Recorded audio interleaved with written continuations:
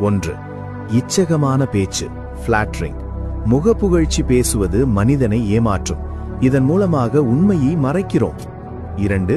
பெருமையான பேச்சு, பிரைட். நான் மட்டுமே சிறந்தவன் என்ற அகங்காரத்தை காட்டும் வார்த்தைகள். பெருமை தேவனுக்கு அருவருப்பு. 3. புத்தியீனமான பேச்சு, இன்டிஸ்கிரிஷன். அறிவில்லாமல் யோசிக்காமல் பேசுவது. இது பல சமயங்களில் மற்றவரை காயப்படுத்தும். 4. கடினமான பேச்சு, ஹார்ட் வேர்ட்ஸ். கடுமையாக கத்தி போல் காயப்படுத்தும் வார்த்தைகள். இவை இரக்கமில்லாத மனதை காட்டும். 5. சொந்த பேச்சு, ஐட்லிங் டாக்கிங். தேவனுக்கு உரிய நேரத்தையும் மனதையும் வீணாக்கும் சுய வார்த்தைகள். 6.